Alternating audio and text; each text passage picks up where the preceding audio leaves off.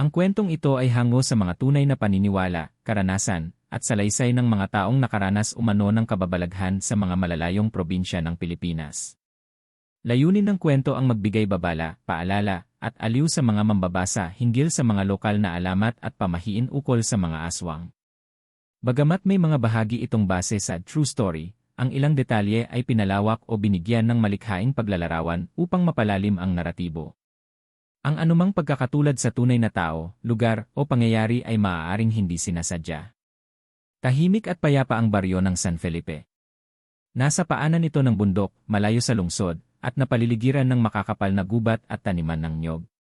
Sa unang tingin, para lamang itong karaniwang baryo na may mga taong masisipag at mapagpakumbaba. Ngunit sa ilalim ng katahimikang ito, may itinatagong kasaysayan, isang lihim na ipinasa-pasa ng mga ninuno, hindi sa salita, kundi sa pamamagitan ng takot, bulong, at sulyap sa dilim. Si Lola Sela ang pinakamatanda sa baryo. Hindi lang siya itinuturing na tagapag-alaga ng mga halamang gamot, kundi siya rin ang itinuturing na tagapag-ingat ng kasaysayan ng kanilang angkan. Kilala siyang tahimik, ngunit kapag kinukwento na niya ang nakaraan, para bang nagbubukas ang mga pinto ng ibang mundo. Isang hapon, habang ang langit ay nagsisimula ng magkulay kahel, tinawag ni Lola Sela ang kanyang apo na si Minda, ang ina ni Ira. "Halika, Hija," wika niya. "Panahon na para malaman mo ang hindi mo pa naririnig." Sa loob ng kanyang bahay na yari sa kahoy at pawid, naupo silang maglola sa harap ng kandila. Doon, isinalaysay ni Lola Sela ang matagal nang itinatagong sikreto ng kanilang lahi. "Ang lahi natin," panimula ni Lola Sela, "ay may utang. Hindi utang sa tao kundi sa nilalang ng dilim. Matagal ng panahon yon. Giyera pa noon. Gutom, tagtuyot, at sakit ang sumalubong sa mga ninuno natin. Hanggang isang gabi, dumating ang isang babae, hindi siya basta tao. Maputi ang buhok pero bata ang mukha. At sinabi niya sa ating ninuno, kaya kong pagyamanin ang inyong lupa. Kaya kong iligtas ang inyong angkan kapalit ng isang pangako." Napakunot no si Minda. "Anong pangako?" "Kada 3 salinlahi," sagot ng matanda, "kukunin nila ang panganay na anak. Hindi para kainin, kundi para maging kanila." Ipinagkakasundo. Iniaalay. At mula noon, umunlad ang baryo, lumusog ang mga pananim, at naglaho ang sakit. Pero kapalit noon, may mga batang nawawala tuwing ika-18 taon ng kanilang buhay. Kinilabutan si Minda. Sa isip-isip niya, ang anak niyang si Ira ay 17 taong gulang na. 1 taon na lang at aabot na siya sa edad ng pagkuha. "Bakit hindi mo sinabi noon pa, La?" tanong niya. "Dahil wala tayong laban. Ang tanging magagawa natin ay maghanda. Hindi natin pwedeng takasan ang kasunduan. Hindi mo rin pwedeng dalhin si Ira sa malayo. Alam nila kung saan kayo pupunta." Nagmistulang yelo ang katawan ni Minda. Hindi niya alam kung galit ba siya, takot, o parehong damdamin. Ang alam lang niya, hindi siya handang ibigay ang kanyang anak sa dilim. "May paraan ba para maiwasan ito?" tanong niya. "May kabayaran ang bawat kasunduan," sagot ni Lola Sela. "Pero may lumang paniniwala na maaaring maputol ang sumpa kapalit ng dugo mula sa parehong angkan." Simula noon, hindi na naging payapa ang tulog ni Minda. Araw-araw niyang tinitingnan si Ira na para bang binibilang na niya ang araw. Ngunit paano niya maililigtas ang anak kung mismong ang dugo nila ay bahagi ng kasunduan? Samantala, si Ira ay lumaking masayahin at mapagmahal. Wala siyang kamalay-malay sa madilim na kapalarang nakaamba sa kanya. Madalas pa nga, kapag nakikita niya ang lola niyang si Sela, nararamdaman niya ang bigat ng tingin nito. Para bang laging may gustong sabihin pero hindi masabi. Isang araw, habang naglilinis si Ira ng bakuran, may nakita siyang kakaibang bato, itim at makintab, hugis itlog, at may kakaibang init kapag hinawakan. Mula noon, nagsimula na ang hindi maipaliwanag na pagbabago sa paligid. Kung handa ka na sa part 2, sabihin mo lang, "Next you said." Next chat said, 2, ang batang napili, pagpapakasundo sa dilim, 2 yugto, 1,000 salita, sa paglipas ng mga buwan. Mas lalong naging malinaw ang kakaibang ugnayan ni Ira sa di maipaliwanag na mga pangyayari sa baryo. Mula nang madiskubre niya ang itim na bato sa bakuran, tila may kakaibang enerhiyang bumabalot sa paligid niya. Tuwing gabi, palaging may malamig na simoy ng hangin sa kwarto niya, kahit nasarado ang mga bintana. May mga aninong dumadaan sa gilid ng paningin niya, mabilis, ngunit hindi niya lubos makita. Isang gabi, habang naliligo si Ira sa poso, napansin niya ang palad niya. May marka itong tila hugis bituin, pero baliktad ang pagkakaukit. Hindi masakit, pero ramdam niyang buhay ito, tila gumagalaw kapag tinitigan niya ng matagal. Nabahala si Minda sa nakita ng anak. Agad siyang lumapit sa kanyang ina, si Lola Sela. Ma, lumabas na ang marka. Gaya ng sabi mo. Tumango si Lola Sela, bagsak ang balikat. Ibig sabihin, siya na ang napili. Hindi na natin pwedeng itanggi. Sa ating lahi, palad ang tinatatakan, hudyat ng kasunduan. Nang gabing iyon, isinalaysay na ni Minda kay Ira ang buong katotohanan. Sa umpisa, inakala ni Ira na isa lamang itong kwentong katandaan. Ngunit habang sinusuri niya ang marka sa kanyang kamay, at inalala ang mga gabing parabang may nagmamasid sa kanya mula sa dilim, unti-unti niyang tinanggap ang posibilidad na may katotohanan ang lahat. Bakit ako, tanong niya, puno ng hinanakit. Bakit ako ang kailangang ipagkasundo? Hindi ba't dapat tapos na ang ganitong klaseng paniniwala?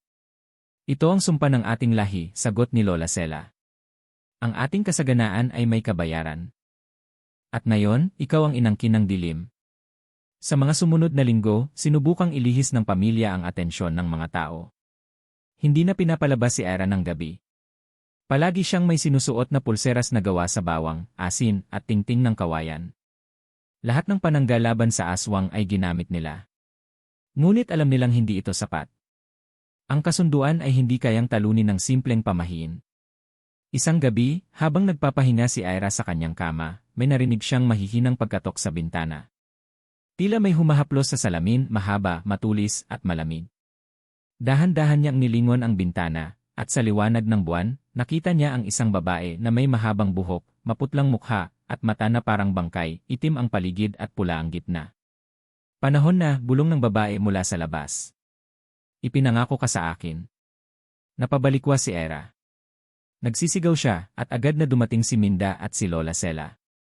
Pagbukas nila ng ilaw, wala na ang nilalang sa bintana. Ngunit naiwan ang marka ng matutulis na kuko sa salamin, pruweba na totoo ang nakita ni Ira. Simula noon, gabi-gabing binabantayan si Ira ng kanyang ina't lola. Pinapaligiran nila ang bahay ng mga kandila, asin, at mga dasal. Ngunit alam nilang hindi sila pwedeng magtagal sa ganitong sitwasyon. Malapit na ang ika-18 kaarawan ni Ira, ang petsang nakaukit sa kasunduan. Hindi rin makatulog si Ira. Sa bawat gabi, palalim ng palalim ang pakiramdam niyang parang hindi na siya ganap na tao. Sa bawat tingin niya sa salamin, para bang may ibang mukha sa likod ng kanyang refleksyon, isang nilalang na hindi niya kilala, ngunit tila bahagi niya. Isang gabi, panaginip man o hindi, nanaginip si Ira na nakatayo siya sa gitna ng kabubatan. Sa harap niya, naroon ang babae sa bintana, ngunit ngayon ay may kasamang 3 nilalang, isa ay lumulutang, isa ay gumagapang, at isa ay nakatayo pero walang mukha. Kung tatanggapin mo kami, wika ng babae, walang masakit. Hindi mo mararamdaman ang takot. Maging isa sa amin at titigil ang paghihirap ng pamilya mo. Nagising si Ira ng basang-basa ng pawis, humihinal, at may bagong marka sa kanyang braso, parang nilaan ng panaginip ang susunod na hakbang. Dumating ang araw ng kanyang kaarawan. Ang buong baryo ay tila tahimik, parang may nararamdamang panganib. Si Ira ay binili na ni Minda na huwag lalabas ng bahay. Ngunit sa kalagitnaan ng hating gabi, biglang namatay ang lahat ng kandila, at ang pintuan ay bumukas ng kusa. Naglakad si Ira palabas ng bahay, para bang may humihila sa kanyang kaluluwa.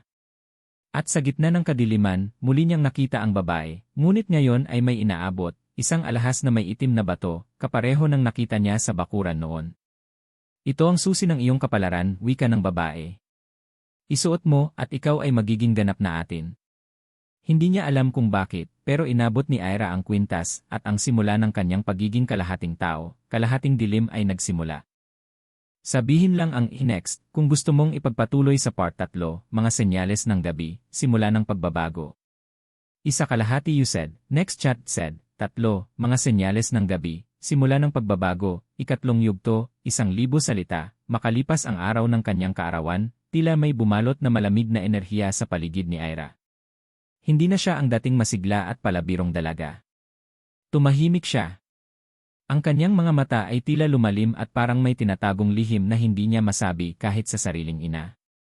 Sa tuwing tititigan siya ni Minda, para bang may ibang katauhang sumisilip sa likod ng kanyang mga mata, hindi si Ira, kundi isang nilalang na hindi nila kilala. Maging ang mga hayop sa paligid ay tila may pakiramdam sa pagbabago. Ang kanilang alagang aso ay laging tahol ng tahol tuwing lumalapit si Ira. Ang mga pusa ay biglang tumitigil sa paggalaw kapag napapadaan siya. At tuwing hating gabi, isang kakaibang kulisap ang dumadapo sa kanyang bintana, kulay itim, kasing laki ng palad, at may mga matang kumikislap na pula. Sa baryo, nagsimulang umikot ang mga bulong-bulungan. May aswang na raw na naglalakad tuwing madaling araw, sabi ng isang matandang lalaki sa tindahan. Baka naman yung anak ni Minda yon? Palagi siyang gising kapag 2:00 ng umaga. Hindi ito sinabi ng harapan, pero ramdam ni Ira ang pagkakaiba ng pakikitungo ng mga tao. May ilang umiiwas. May ilan na binabati siya pero hindi na nagtutuloy ng tingin. Samantala, may mga kakaibang bagay na ring nararamdaman si Ira sa kanyang sarili. Ang kanyang pandinig ay lumalim, naririnig na niya ang mga bulong sa kabilang kwarto, ang yabag ng mga paa kahit sa malalayong lugar. Nakakakita siya sa dilim at minsan ay naaamoy niya ang emosyon ng tao, kung takot, galit o may tinatagong lihim. Isang gabi, habang nakaupo sa labas ng bahay, nakita ni Ira ang isang matandang lalaki na palihim na naglalagay ng asin sa paligid ng kanilang bahay. Pananggalang daw, bulong ng kanyang lola na galit ang boses. Akala nila ipapahamak natin ang buong baryo. Ngunit hindi masisisi ang mga tao dahil sunod-sunod na masamang pangyayari ang naganap. Unang nawalan ng malay ang isang bata na anak ng kapitan. Kinabukasan, may isang inang natagpuang patay sa loob ng kanilang kubo, walang sugat pero tila natuyo ang dugo. At tuwing madaling araw, may isang tinig sa hangin na parang umiiyak, hindi tao, hindi hayop. Pinilit ni Ira na labanan ang nararamdaman. Hindi ako aswang, pabulong niyang sinasabi sa sarili. Tao ako. Anak ako ni Minda at Arman. Ngunit habang sinasabi niya ito, nararamdaman niyang parang may dalawang boses sa kanyang ulo, isang siya, at isang nilalang na patuloy siyang hinihila sa dilim. Isang gabi, habang siya ay naglalakad papuntang poso, may batang umiiyak sa daan. Malamig ang gabi at walang katao-tao. Lumapit si Ira at lumuhod sa tabi ng bata. Anong nangyari sa'yo? Tanong niya. Pagtingin ng bata, lumaki ang mga mata nito at biglang sumigaw. Aswang ka, sigaw nito sabay takbo. Nagulat si Ira. Napatingin siya sa sarili at doon niya nakita, ang mga kuko niya ay humaba, ang mga mata niya ay pula, at ang anino niya ay hindi tugma sa kanyang katawan. Hindi na siya nakagalaw. Hindi niya alam kung anong nangyayari. Bumalik siya sa bahay nang hindi nagsasalita. Doon siya sinalubong ni Lola Sela na tahimik na nag-aantay. Lumilitaw na ang totoo mong anyo, sabi ng matanda. Hindi mo ito maitatago habang lumalapit ang gabi ng pag-angkin. May paraan pa ba para mapigilan ito? Tanong ni Ira na halos humikbi. Ayokong maging isa sa kanila. Ang tanging paraan, sagot ng matanda, ay harapin ang pinagmulan. Kailangan mong bumalik sa gubat. Hanapin mo ang pinagkukunan ng sumpa. Doon mo malalaman kung sino ka talaga. Ngunit paano niya ito magagawa kung hindi pa niya lubos na uunawaan ang kanyang kalagayan? Ang katawan niya ay nagbabago. Ang kaluluwa niya ay nahahati. Tuwing gabi, may bahagi ng kanyang isip na gustong lumipad, maghanap ng dugo, sumanib sa anino ng iba. Pero sa puso niya, naroon pa rin ang Ira na minahal ng kanyang ina, ang batang tumatawa habang naliligo sa ulan, ang dalagang nangangarap ng simpleng buhay. Sa susunod na mga araw, napansin ng lahat ang pagbabago sa paligid. Ang mga pananim ay tila namamatay. Ang mga ilaw sa baryo ay nagkakaproblema tuwing 12:00 ng gabi. At sa gitna ng katahimikan ng gabi, maririnig ang tila mahihinang tawanan, malamig, mababa, at puno ng pangakong hindi maganda. Sa kabila ng lahat, humugot ng lakas si Ira. Hindi ko hahayaan na lamunin ako ng dilim, anya. At sa unang pagkakataon, tumingin siya sa salamin, hindi upang iwasan ang aninong nakikita niya, kundi upang harapin ito. Ang simula ng kanyang pagbabalik loob ay nagsimula. Ngunit ito rin ang simula ng kanyang pakikibaka. Hindi lang sa aswang na gustong kunin siya, kundi sa sariling katauhang unti-unting kinakalawang ng kasunduan.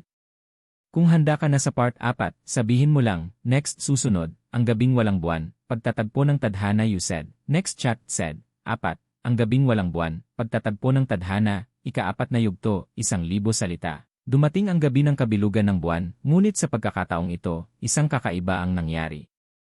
Hindi sumikat ang buwan. Isang makapal at maitim na ulap ang tila sadyang tumabon sa liwanag nito.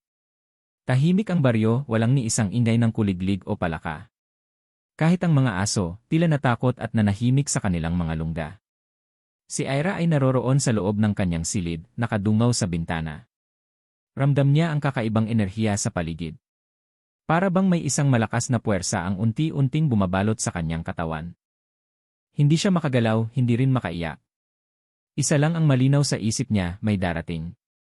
Nagulat na lang siya nang biglang lumitaw si Lola Sela sa pintuan ng kanyang kwarto. Hawak ang isang matandang itim na aklat at isang bote ng pulang likido. Panahon na, apo. Ang pagtutuos ay hindi maiiwasan. Kailangan mong harapin ang nilalang na kumuha sa iyong kapalaran.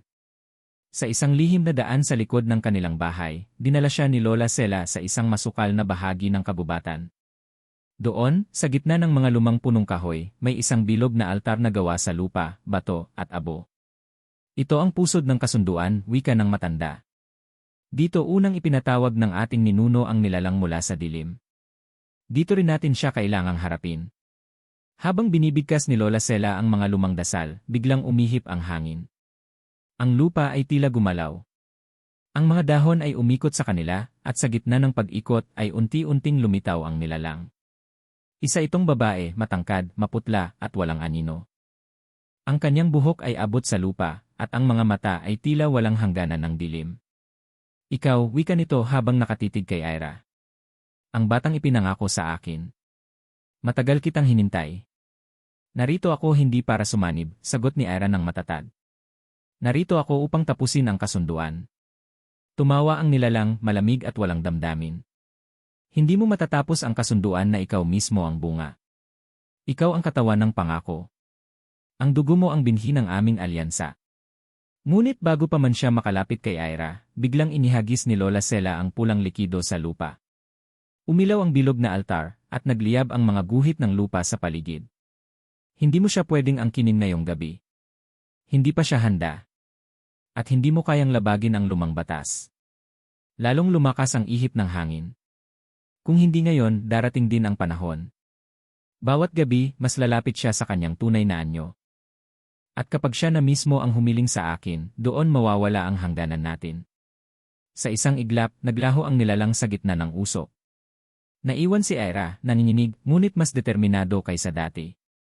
Lola, totoo lahat, sabi niya habang lumuluha.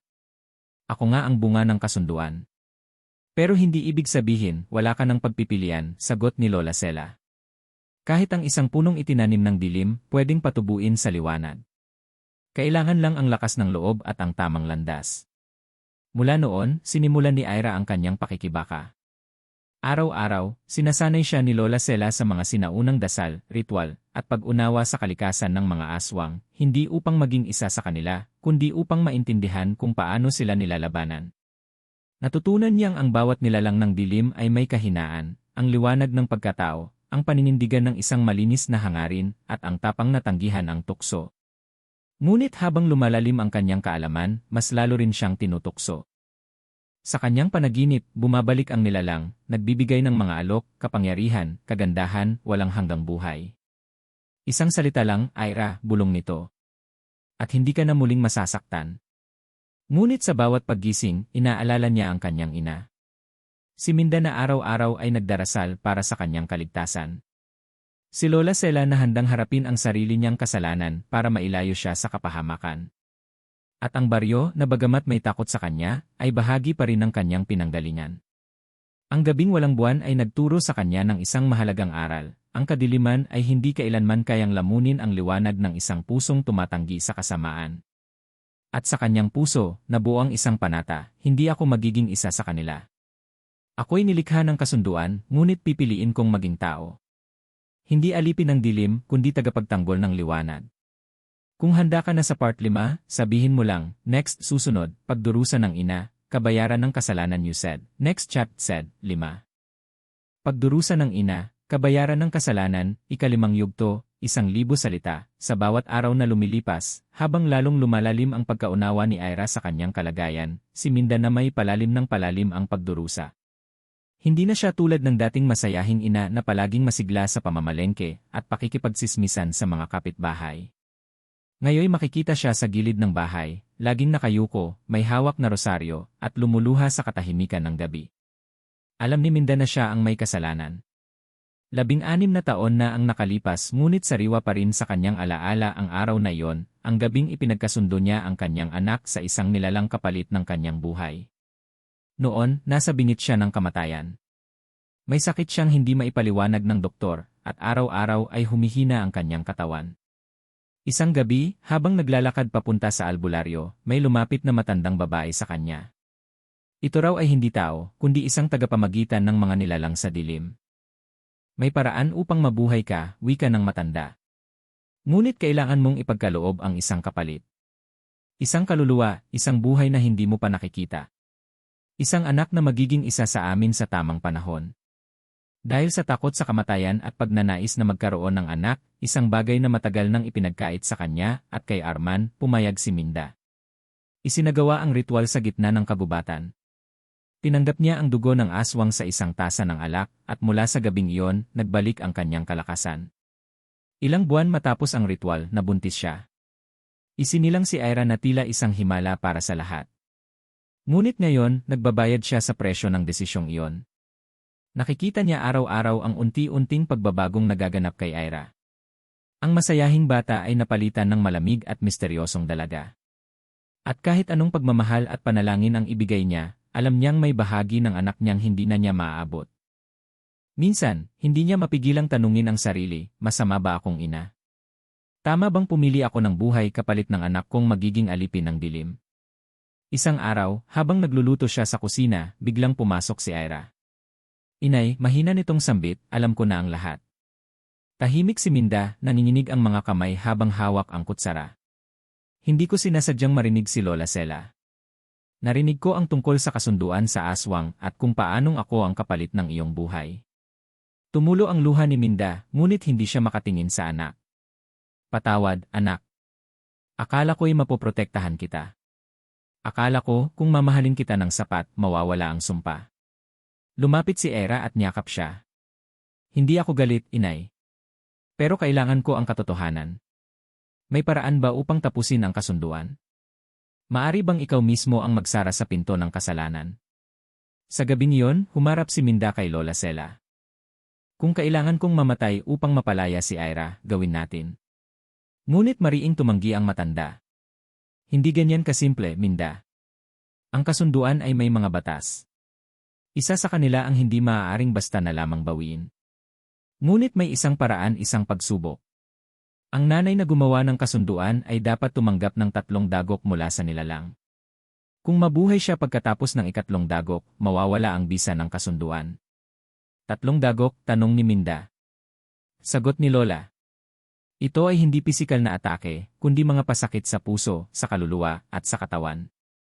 At ang bawat isa ay mas masakit kaysa kamatayan. Pumayag si Minda. Handa akong harapin ang lahat. Para kay Ira. Lumipas ang ilang araw at nagsimula ang unang dagok. Isang umaga, napabalita sa buong baryo ang pagkawala ng isang batang lalaki, ang inaanak ni Ira. Nakita ang damit nito sa may bangin, kasama ang isang piraso ng buhok. Pinagbintangan si Ira ng mga tao. Pinuntahan sila sa bahay, sinisigawan, binabato. Nakita ni Minda ang anak niyang walang imik habang nilalait ng buong baryo. At iyon ang unang dagok, ang dagok ng pagdududa at kahihiyan. Paano mo kakayanin bilang ina na makitang sinisira ng komunidad ang iyong anak nang wala kang magawa kundi umiyak? Ang ikalawang dagok ay dumating ilang araw matapos. Habang natutulog si Minda, nanaginip siya ng masamang pangitain. Sa kanyang panaginip, pinugutan si Ira ng ulo at isinakripisyo sa gitna ng kagubatan. Pagkagising niya, nakita niyang nawawala si Ira. Sa matinding takot at pag-aalala, halos mabaliw si Minda kakahanap. Kinabukasan, natagpuan siya ni Lola Sela, nakahandusay sa tabi ng puno, umiiyak habang tinatawag ang pangalan ng anak. Walang masasakit sa ina kundi ang mawalan ng anak, kahit pa ito'y panaginip o hindi. Iyon ang ikalawang dagok, ang dagok ng pag-aakalang nawala ang iyong pinakamamahal. Pagbalik ni Ira, buo pa rin siya. May sinubok lang akong ritual sa bundok, paliwanag niya. Ngunit si Minda, bagamat masaya, ay muling naging mas tahimik. Ang kanyang puso ay lalong napuno ng takot. Ang ikatlong dagok ay dumating sa pinakadi-inaasahang paraan. Isang gabi, habang abala si Minda sa pagdarasal, biglang tumigil ang kanyang puso. Nawalan siya ng malay, dinala sa ospital, at halos mawalan ng buhay. Doon niya naramdaman ang pinakamasakit na dagok, ang pagsuko ng katawan. Ngunit matapos ang 3 araw, bumalik ang tibok ng kanyang puso. Gising siya, pagod, mahina, pero buhay. At sa mismong araw ng kanyang paggaling, bumalik ang nilalang ng kasunduan sa panaginip ni Ira. Ang ina mo'y tumanggap ng 3 dagok. Ang kasunduan ay winasak. Ngunit tandaan mo, bata, hindi mo basta-basta natatakasan ang anino ng dugo. Kung handa ka na sa part 6, sabihin mo lang, next, susunod, pagbangon ni Ira. Ang unang ganti sa kadiliman you said, next chat said, 6. Pagbangon ni Ira, ang unang ganti sa kadiliman, ika-6 na yugto, 1,000 salita, matapos ang matagumpay na pagdaig ni Minda sa 3 dagok ng kasunduan, tila lumiwanag ang panibagong landas para kay Ira. Ngunit sa halip na kapayapaan, isang mas malalim na tungkulin ang sumalubong sa kanya, ang gampanan ang papel hindi bilang alipin ng dilim kundi bilang tagapagtanggol ng liwanag. Sa gabing iyon, habang ang buong baryo ay tahimik na natutulog, humarap si Ira kay Lola Sela. Lola, kung ang dugo ko'y galing sa dilim, kaya ko rin bang gamitin ito para lumaban sa kanila? Napangiti si Lola Sela. Iyan ang tamang tanong, apo. Dahil ang tunay na kapangyarihan ay hindi nasa pinagmulan ng iyong dugo, kundi sa pinipili mong direksyon. Kung ang layunin mo ay ang magligtas, kahit dugo ng aswang ay kayang ipagtanggol ang tao. Dito nagsimula ang masusing pagsasanay ni Ira sa ilalim ng gabay ni Lola Sela.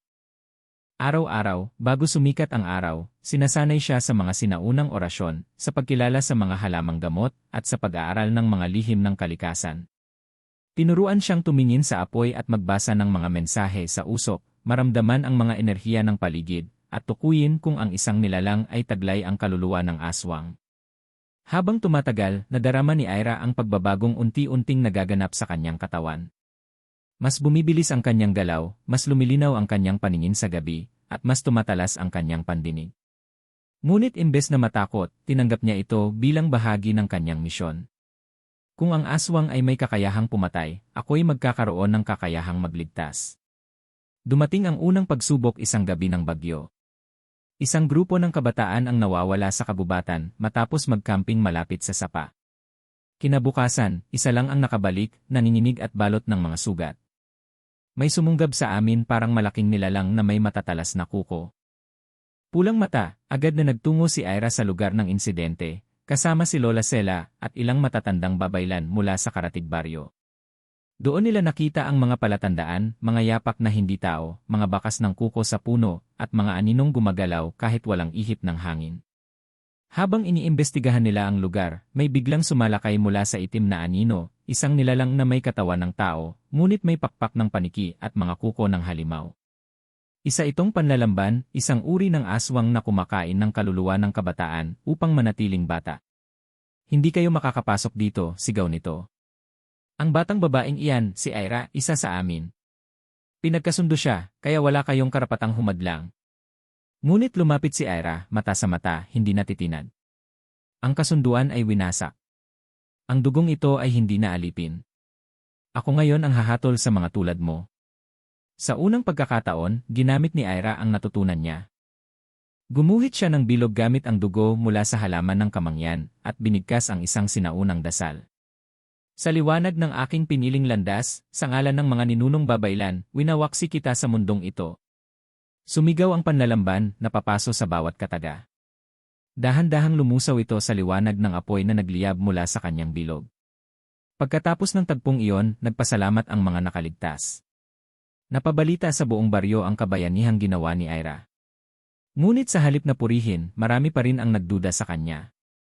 Hindi ba't siya'y ipinaglihi sa aswang? Tanong ng ilan. Paano natin masisigurong hindi lang siya ginagamit ang kapangyarihan upang kunwari maging tagapagtanggol, pero isa rin pala sa kanila? Masakit para kay Ira ang pagdududa, ngunit pinili niyang manahimik. Alam niyang ang tiwala ay hindi basta nakukuha, kundi pinapatunayan. Sa mga sumunod na araw, mas dumami ang mga kasong may kaugnayan sa mga nilalang ng dilim. Isa-isang bumabalik ang mga halimaw na minsang nagtago matapos ang kasunduan. Para bang ramdam nila na may bagong banta sa kanilang mundo at ito'y si Ira. Ngunit hindi na siya nag-iisa.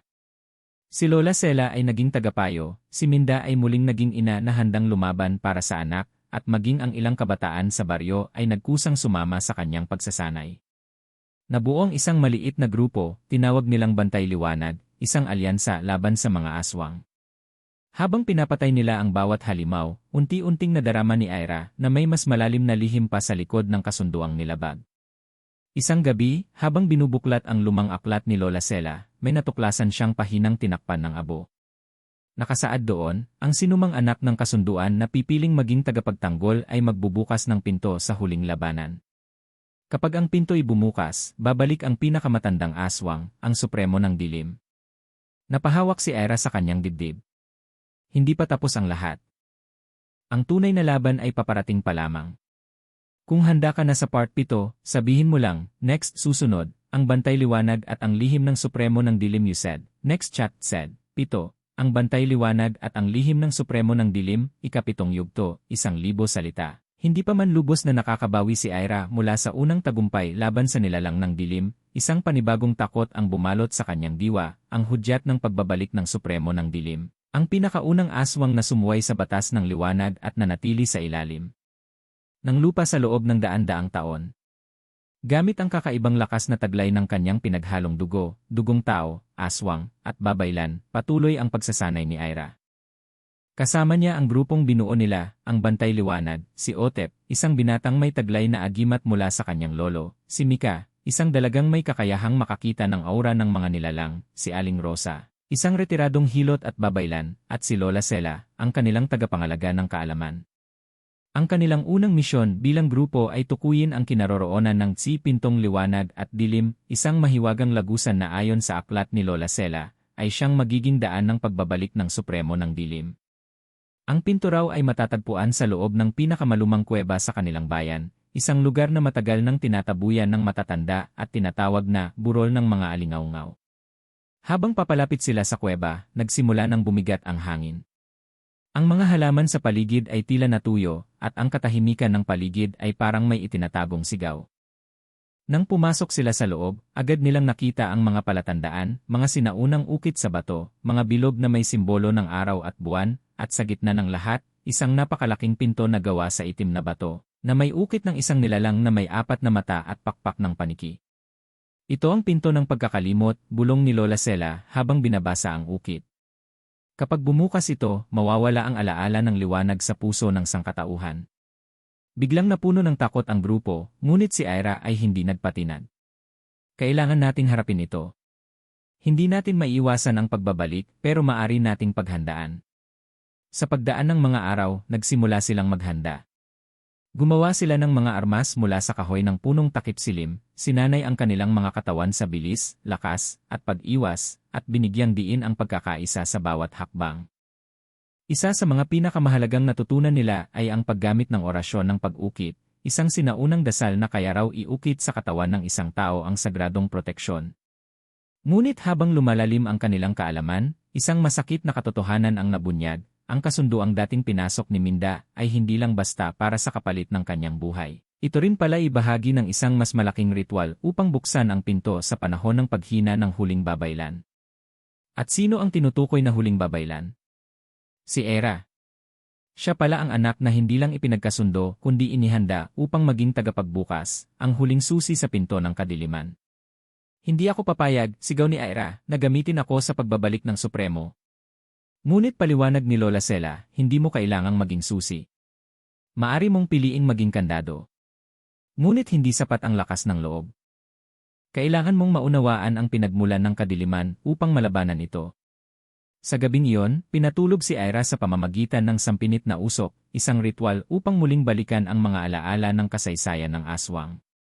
Sa kanyang panaginip, nakita niya ang unang Supremo, isang dating babaylan na itinakwil ng kanyang tribo dahil sa paggamit ng itim na mahika upang pagalingin ang mga namamatay. Sa kanyang galit at pag-iisa, lumapit siya sa anino at naging nilalang ng kadiliman. Wala akong piniling maging masama, wika ng Supremo sa panaginip ni Ira. Pinili lang ng tao na isarado ang pinto ng pag-asa. Kaya't binuksan ko ang pinto ng takot. Pagkagising ni Ira, napagtanto niya ang isang napakahalagang bagay. Ang kadiliman ay hindi basta-basta masama, ito ay resulta ng pagkakait, pagkabigo, at pagkakalimot. At kung gusto niyang talunin ang Supremo, hindi sapat ang espada, dasal, o armas, kailangan niyang ilantad muli ang liwanag sa puso ng mga nilalamang nawalan ng pag-asa. Inorganisa nila ang bantay liwanag para sa huling paghahanda. Bumuo sila ng sagradong singsing sa paligid ng kuweba gamit ang bato mula sa bundok ng San Pedro, nilagyan ng mga orasyon, at pinalibutan ng mga insenso at halamang nagtataboy ng anino. Ngunit habang papalapit ang takdang araw, ang gabi ng pinakamatinding dilim sa loob ng 100 taon, isang trahedya ang sumabog. Si Otep ay dinukot ng isa sa mga alagad ng Supremo. Isang sulat ang iniwan, kung gusto niyong mabuhay ang kaibigan niyo, buksan ang pinto. Nagkaisa ang grupo. Hindi sila papayag na lumuhod sa kadiliman. Kung papasok tayo, pupunta tayong buo. Kung lalaban tayong sabay-sabay, matapang na pahayag ni Ira. At kung may babagsak, walang maiiwan. Sama-sama tayong babangon. Sa huling tagpo ng kabanatang ito, makikita si Ira, nakatayo sa harap ng pinto ng dilim, hawak ang kamay ng kanyang ina at ng kanyang mga kasama. Sa kanyang mga mata ay hindi na lamang takot o galit, nandoon ang tiwala, lakas, at pag-asa. Sa susunod na yugto, bubukas ang pinto at muling mabubuhay ang isang halimaw mula sa kasaysayan. Kung handa ka na sa part 8, ang huling bahagi ng kwento, sabihin mo lang, next, susunod, ang huling labanan, si Ira laban sa Supremo ng Dilim you said. Next chat said, 8, ang huling labanan, si Ira laban sa Supremo ng Dilim. Ikawalong yugto, 1,000 salita, sa pinakaitim na gabi ng taon, sa gitna ng burol ng mga alingaungaw, dumating ang oras na matagal nang iniiwasan, ang pagbubukas ng pinto ng dilim.